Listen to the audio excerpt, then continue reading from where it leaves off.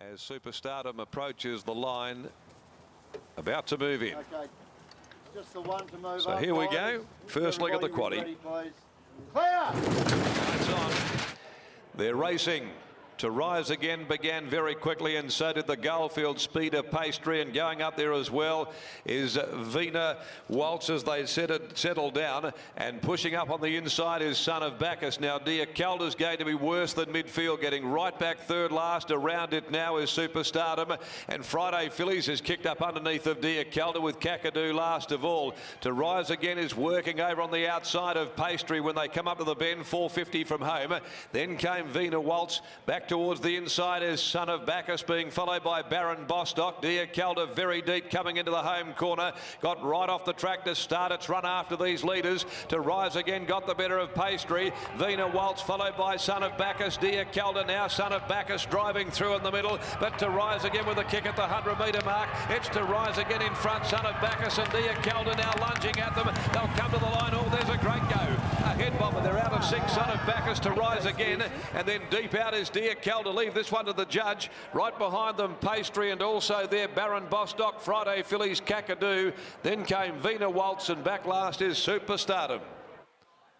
Very close finish. To Rise Again got headed, but on the line got its head down from Son of Bacchus, with Dear Calder lunging late.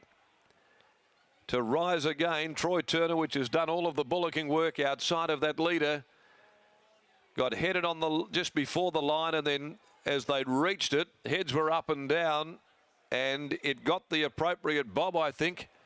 Number 5's got it To Rise Again, and that's exactly what it did. By Blackfriars, trained by Colin Webster, for himself and Lynn Webster, beats number 3, Son of Bacchus, Sean McGruddy, and the favourite, Dear Calder, who got right back towards the tail of the field, and then had to negotiate a wide path coming into the bend, and has held third, or got third, and beaten a narrow margin. 4th is number 6, Baron Bostock. 5-3, 1-6, short half head of the margins in a great finish. The time's 58.59, and that's a winning hat-trick for To Rise Again. That was a brave victory, a tough, brave win in 58.5 outside the speed, and get headed and then get the bob in on the line to win by a narrow margin. 34.31 the last 600 metres. Fine victory. We'll get out to Troy Turner very shortly there. As we take a look at race 6, the Valet Kent Johnston handicap. Big Caroline, number 2, comes out. And special reward will go around favourite there in race 6 on the card. Well, we'll go to Britt Taylor now. Britt's catching up with Troy Turner. And that was a really, really brave performance by this in-form 3-year-old Son of Blackfriars. Britt?